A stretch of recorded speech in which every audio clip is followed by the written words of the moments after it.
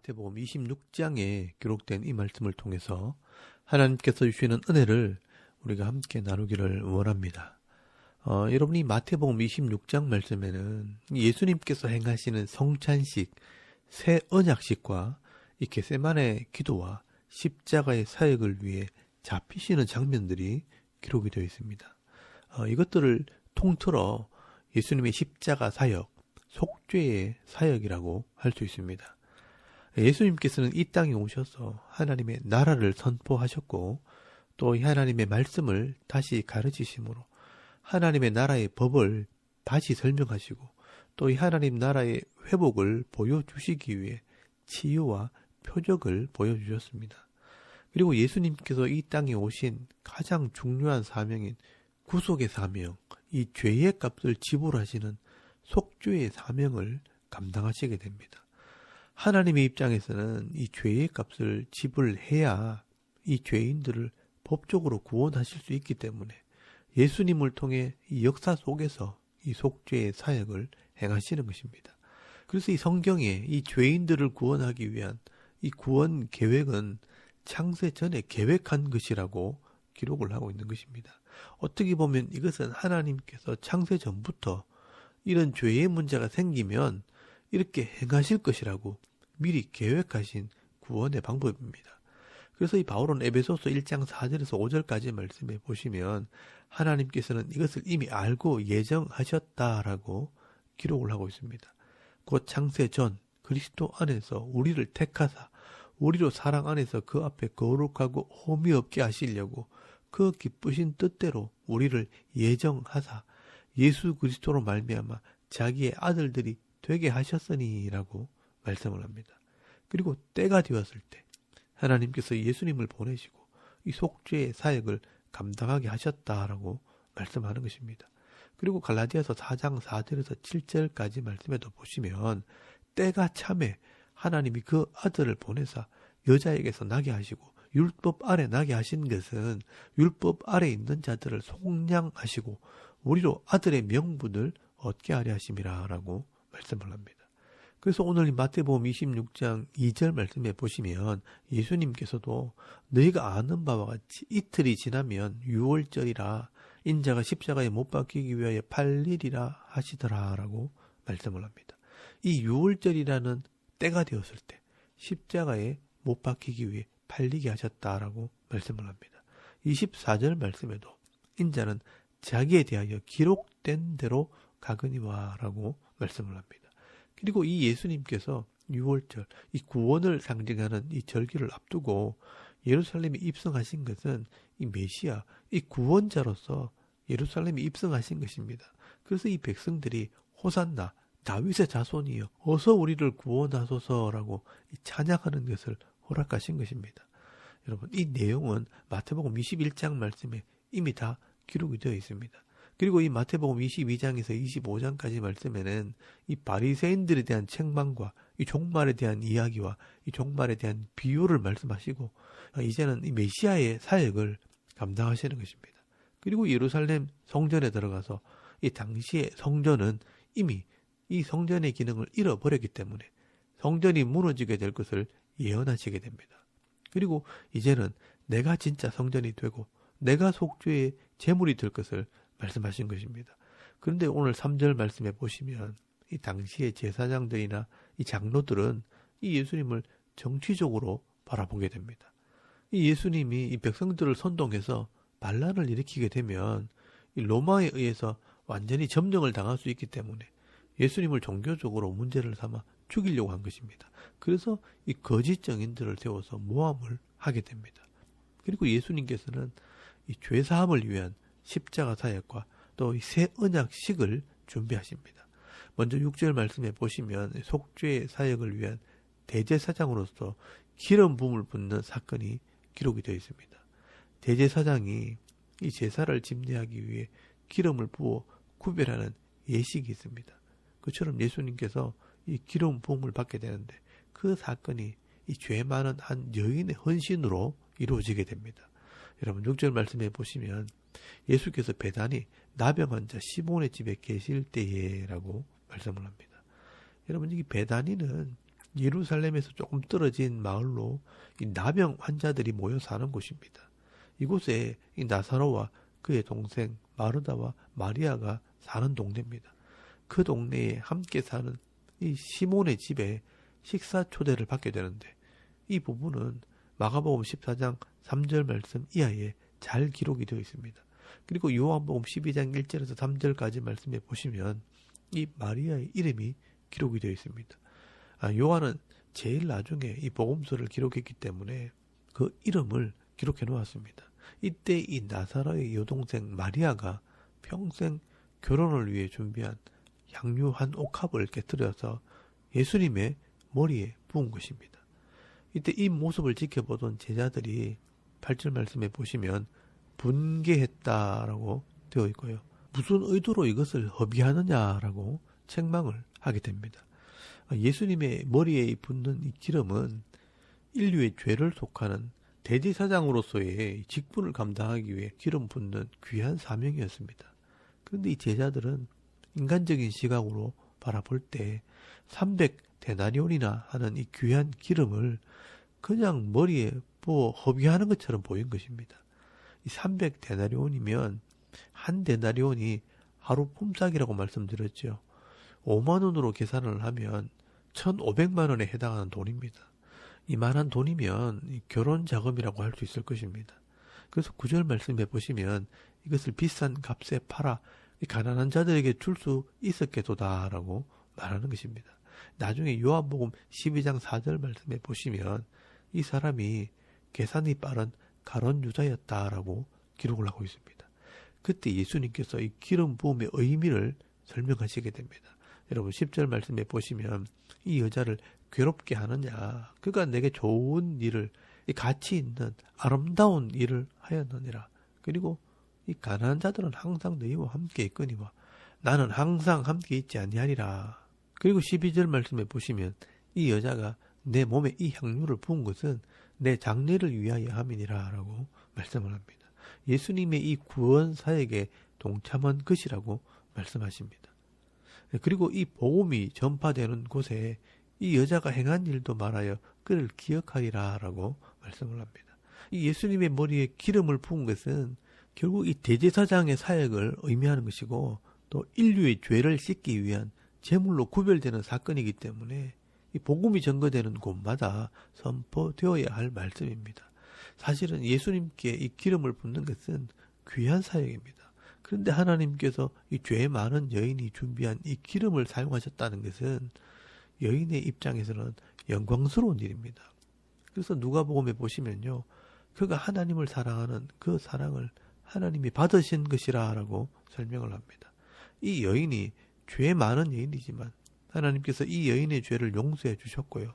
또 그 은혜와 사랑이 너무 고맙고 감사해서 여인은 자신의 모든 것을 가지고 하나님께 예물을 드린 것입니다. 그래서 그 사랑의 헌신을 받으시고 그 기름으로 예수님의 머리에 부어 대제사장으로 사역을 하셨다는 것입니다. 여러분 누가복음 7장 47절 말씀에 보시면 이러므로 내가 네게 말하노니 그의 많은 죄가 사하여졌도다. 이는 그의 사랑함이 많음이라. 사함을 받은 일이 적은 자는 적게 사랑하느니라 라고 말씀을 합니다. 여러분 이 여인은 장녀였고 죄인이었는데 용서를 받고 새로운 삶을 살게 된 것입니다. 그래서 자신의 지참금을 예수님의 구속사역을 위해 헌신한 것입니다. 그러니 그 사랑이 너무 크다는 것입니다. 하나님께서는 이 여인의 사랑의 헌신을 귀하게 사용하신 것입니다. 그래서 그는 좋은 일, 가치 있고 아름다운 일을 했다라고 칭찬하시는 것입니다. 그리고 예수님께서는요, 이 성찬식, 언약식을 준비하십니다. 그런데 이 12제자 중에 한 사람, 이 가론 유다는 이 대제사장들이 예수를 죽일 증인을 찾고 있을 때 예수님을 은 30을 받고 넘겨주기로 계약을 합니다.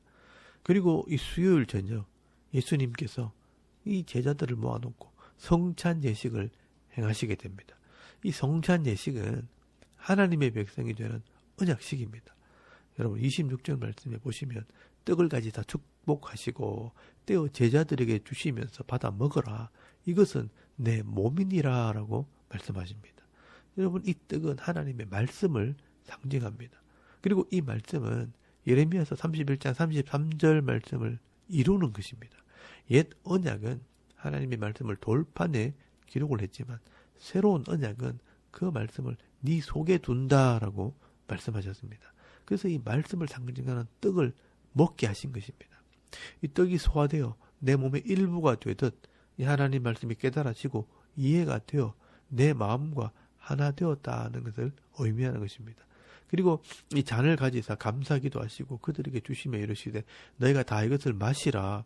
이것은 죄 사함을 얻게 하려고 많은 사람을 위하여 흘리는 바 피 곧 언약의 피니라 라고 말씀하십니다.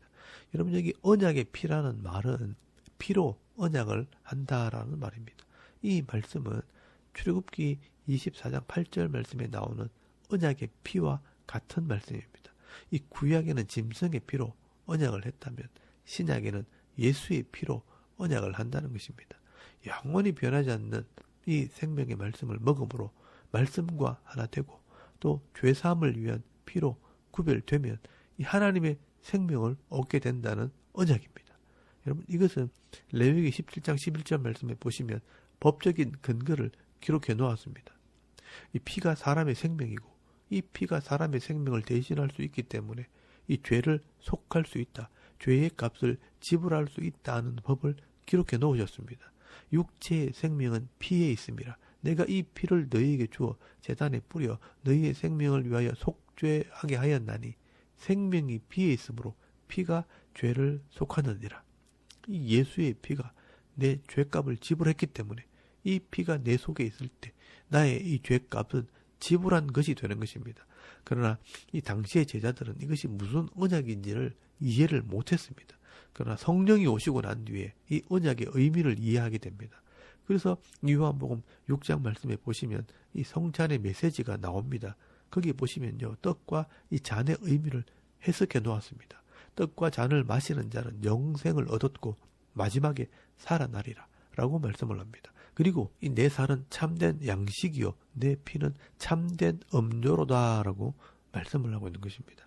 그래서 성도들은요, 이 성찬 예식을 행하면서 늘 하나님과 언약한 백성이라는 것을 기억해야 합니다.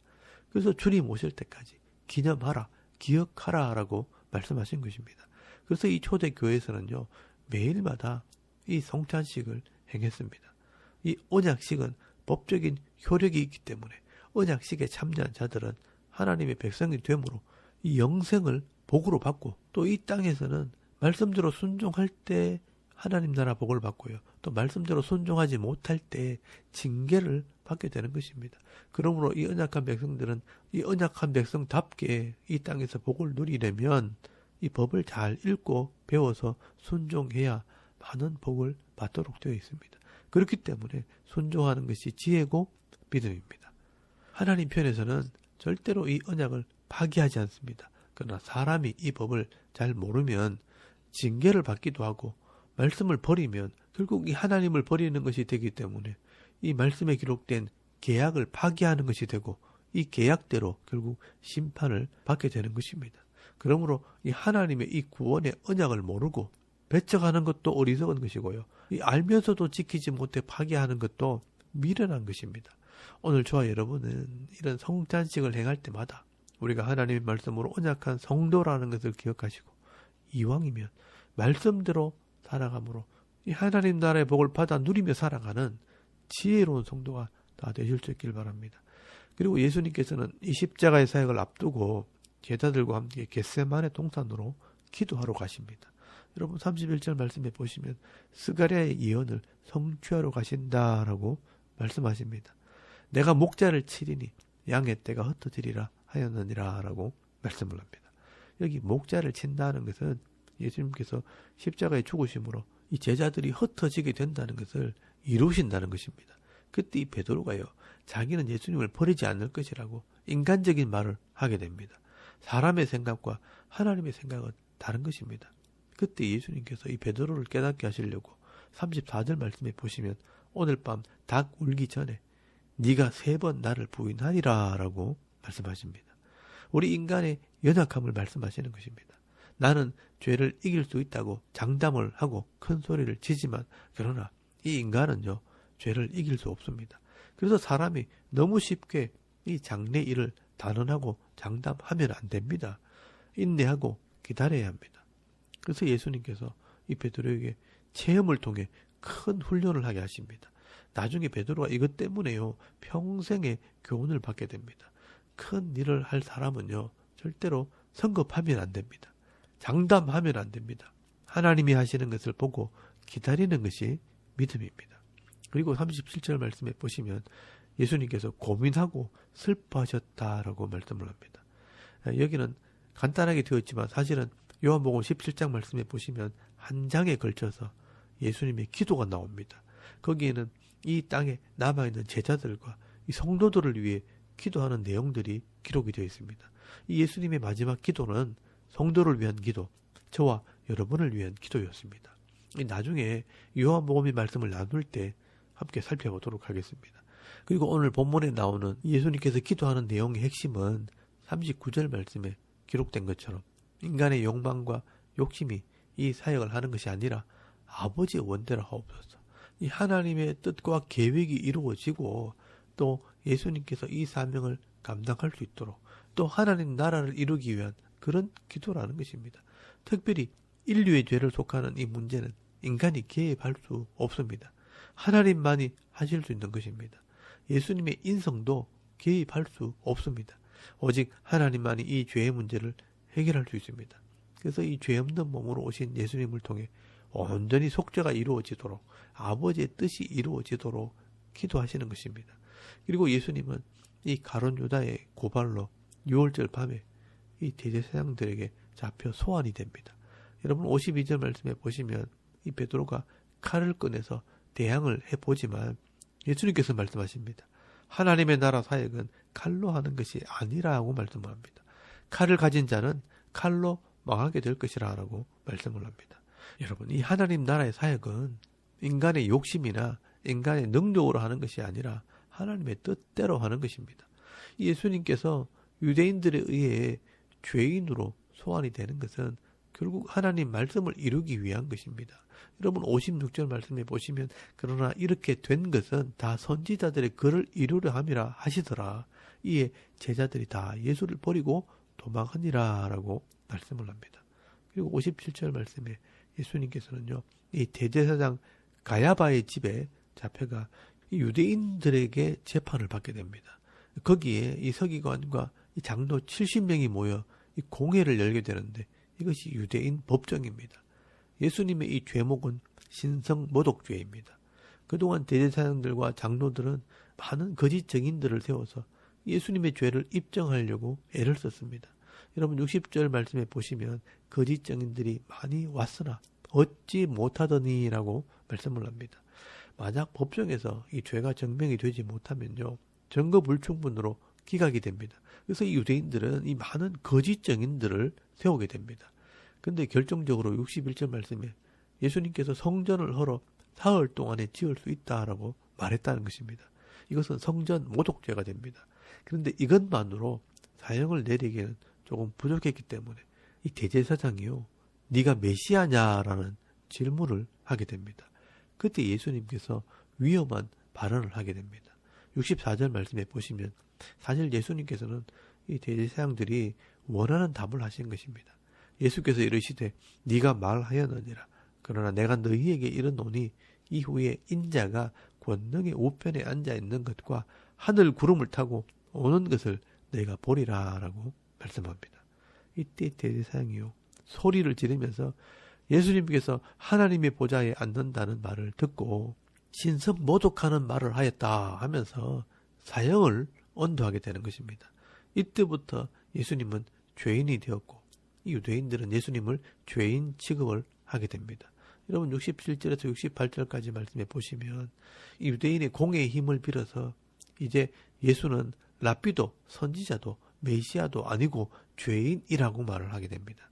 얼굴에 침을 뱉고 주먹으로 치고 어떤 사람은 손바닥으로 때리고 네가 그리스도냐 선지자 노릇 해봐라 하면서 뒤에서 뒤통수를 치면서 누가 때렸냐 하면서 예수님을 놀리게 됩니다.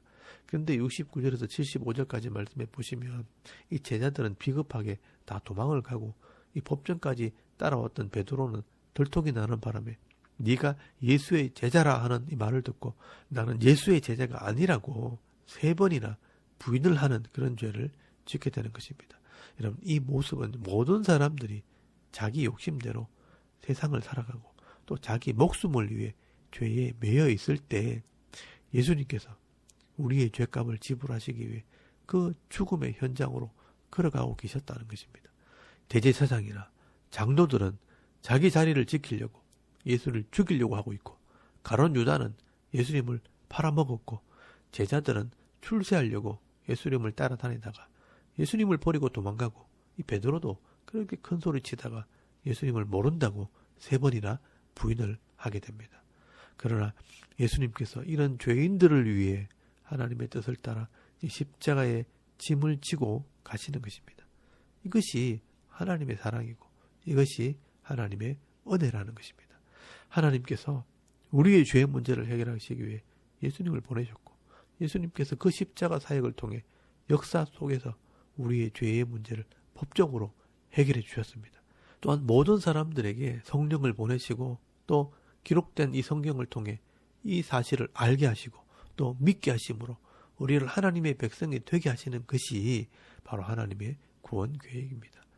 오늘 저와 여러분이요, 이 역사적인 사실을 알고 깨달아 예수를 믿고 하나님의 백성이 되었다면, 이 하나님의 사랑을 깨달았다면 이제는 하나님의 백성이 되었다는 것을 증거하는 삶을 살아야 하는 것입니다.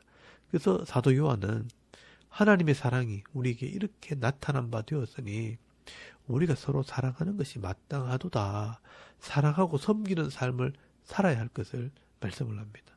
오늘도 많은 사람들이 자기 갈 길 바쁘고 세상의 욕심에 치우쳐 살아갑니다. 그러나 오늘 저와 여러분은 하나님과 언약한 백성으로 내가 감당해야 될 사명이 무엇인지를 깨달으시고 예수님께서 걸어가셨던 이 십자가의 길을 묵상하시면서 오늘 내가 어떠한 삶을 살아야 될 것인가 다시 한번 묵상함으로 정인의 삶을 살아가는 저와 여러분의 이런 영적인 삶의 모습이 되실 수 있기를 주의 이름으로 축원합니다. 아멘. 우리 잠깐 기도드리겠습니다. 오늘도 이 공의와 정의를 행하는 삶을 살게 하옵소서. 이웃을 위해 섬기는 삶을 살게 하옵소서. 자신을 위해 또 나라와 민족을 위해 섬기는 교회와 가정을 위해서 또 개인의 기도 제목을 따라 기도하고 오늘 하루 삶을 또 시작할 수 있길 바랍니다. 다 같이 우리 하나님께 한번 기도드리겠습니다. 살아계신 하나님, 은혜를 참 감사합니다. 오늘 이 아침에 우리가 하나님을 예배하게